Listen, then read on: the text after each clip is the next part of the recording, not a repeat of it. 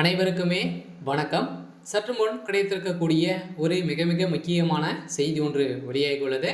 சற்று முன் திமுக அமைச்சர் ரகுபதியை அடித்து இழுத்து சென்ற மகளிர் ஆணையம் இது மாதிரி செய்திகள் வெளியாகிருக்கு. இப்போ பார்த்தீங்கன்னா அண்ணா பல்கலைக்கழகத்தில் ஸ்பாட்டுக்கே போய் மகளிர் ஆணையம் சோதனை 2 நாட்களாகவே சோதனை நடத்தியதில் பார்த்தீங்கன்னா இப்போ அந்த சிசிடிவி காட்சி மூலமாக பார்த்தீங்கன்னா சிக்கிய சம்பவத்தினால இப்போ அமைச்சர் ரகுபதியை பார்த்தீங்கன்னா அடித்து இழுத்து சென்றப்பட்ட சம்பவம் திமுகவிடையே பெரும் அதிர்ச்சியை ஏற்படுத்தியிருக்கு. ஏற்கனவே இதுக்கு திமுகவுடைய தலைமையகத்துக்கு தொடர்பு இருக்குது அப்படின்ற மாதிரி தான் அனைவராலும் பெரிய டவுட்டாக இருக்கு இல்லையா. எதிர்கட்சி தலைவர்களும் அனைவருமே குற்றச்சாட்டி வந்திருக்கும் நிலையில் இப்போ இதன் அடிப்படையில் தான் பார்த்தீங்கன்னா தேசிய மகளிர் ஆணையம் தானாக முன் இந்த வழக்கை எடுத்து இப்போ அண்ணா பல்கலைக்கழகத்தில் பார்த்தீங்கன்னா 2 நாட்களாகவே பார்த்தீங்கன்னா சோதனைகள் நடத்தி வராங்க. இந்த சோதனை அடிப்படையில் நிறைய மர்மங்கள் வெளியே இருக்கக்கூடிய நிலையில் தான் இப்போ பார்த்தீங்கன்னா அமைச்சர் ரகுபதி அவர்கள் அடித்து இழுத்து சென்றப்பட்ட சம்பவம் பெரும் அதிர்ச்சியை ஏற்படுத்தியிருக்கு. இதை பற்றி இந்த வீடியோவில் பார்க்கலாம். அதுக்கு முன்னாடி நம்ம சேனலுக்கு இப்போ தான் நீங்கள் முதல் முறையாக வந்திருக்கீங்க அப்படின்னா மறக்காமல் நம்மளுடைய சேனலை சப்ஸ்கிரைப் பண்ணி சப்போர்ட் பண்ணுங்கள்.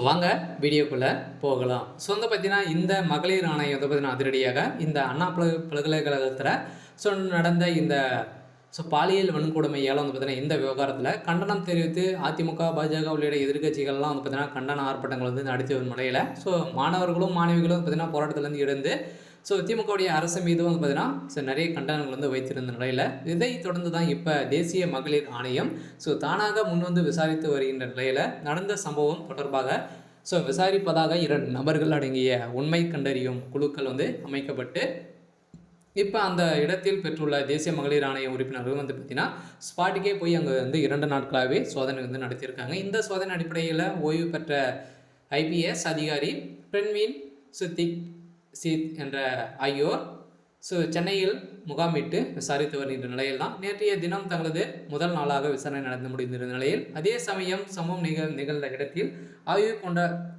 மேற்கொண்டிடப்படும் நிலையில் போட்டோவும் எடுத்துக்கொண்டிருந்த நிலையில் வன்கொடுமைக்கு ஆளான மனைவி சம்பவத்தின் அன்று உடன் இருந்த மாணவர் மாணவிகள் பெற்றோர் உள்ளிட்டவரின் விவரங்களை அனைத்துமே கேட்டறிந்த நிலையில் இந்த விவகாரத்தில் திமுக சேர்ந்த நிர்வாகி ஞானசேகரன் அவர்கள் கொடுத்த வாக்குமூலத்தால் திமுகவுடைய தலைமையகத்துக்கு ஒரு மிகப்பெரிய சவாலாக இருக்கக்கூடிய சம்பவம் நடந்திருக்கு. அதே போல் பாதிக்கப்பட்ட மாணவியின் அடையாளங்களை வெளியிட்ட நிலையில் தெரியும்படி செய்த யார் என்பது குறித்து அவர் மீது எடுக்கப்பட்ட நடவடிக்கைகள் குறித்தும் கோட்டூர்புரம் மகளிர் காவல் நிலையம் விசாரணைக்கு நடத்தி வரும் நிலையில் தான் இதன் அடிப்படையில் இதில் சம்மந்தப்பட்ட அனைவருமே சிக்கக்கூடிய சம்பவம் ஏற்பட்டிருக்கு. இதனால் இதில் திமுகவுடைய அமைச்சர் ரகுபதி அவர்களுக்கு இது தொடர்பு இருக்கலாம் அப்படின்ற மாதிரி இப்போ பார்த்தீங்கன்னா அவர் மகளிர் ஆணையம் அடித்து இழுத்து விட்ட சம்பவம் பெரும் அதிர்ச்சியை ஏற்படுத்தியிருக்கு.